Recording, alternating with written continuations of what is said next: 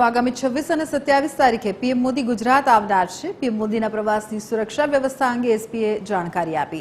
3000 પોલીસકર્મી તૈનાત કરવામાં આવ્યા છે। સાથે સાથે 10 એસપી તેમજ એક ડીઆઈજી કક્ષાના અધિકારી પણ ખડે પગે રહેશે। આ ઉપરાંત 400 અધિકારીઓ તૈનાત રહેશે। 4 કેટેગરીમાં બંદોબસ્ત ગોઠવવામાં આવ્યો છે। રોડ શો, રૂટ બંદોબસ્ત, મહાત્મા મંદિર અને રાજભવન ખાતે બંદોબસ્ત ગોઠવવામાં આવ્યો છે। મહત્વપૂર્ણ છે, ગાંધીનગરની મુલાકાત દરમિયાન કેટલાક રૂટ પણ બંધ કરીને અન્ય રોડ ચાલુ રાખવાનો નિર્ણય લેવામાં આવ્યો છે। અને બંદોબસ્ત મેજરલી આપણા 4 કેટેગરીઝમાં ડિવાઈડ કરવામાં આવેલ છે। એક રૂટ બંદોબસ્ત રહેશે, બીજી રાજભવન બંદોબસ્ત રહેશે, બીજી રોડ શો રહેશે અને ચોથું મહાત્મા મંદિર બંદોબસ્ત રહેશે।